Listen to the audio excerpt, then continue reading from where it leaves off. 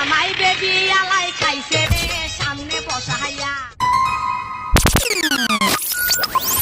দোকানদার ভাই, ভালো একটা বিস্কুট দেন, আমার বাচ্চা খাইবো তো। আর একটা তেলের বোতল দেন।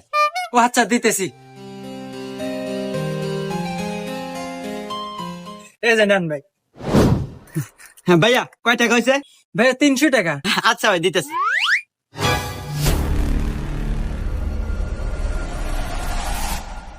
ভাইয়া, আমি মনে হয় মানি ব্যাগটা বাড়িতে রেখে আসছি। হ্যাঁ, টাকাটা কালকে দেই।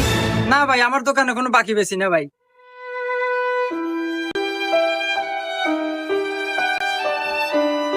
আহারে বেচারা 300 টাকা থেকে 6 টাকা হাতে নিয়ে পারতেছে না।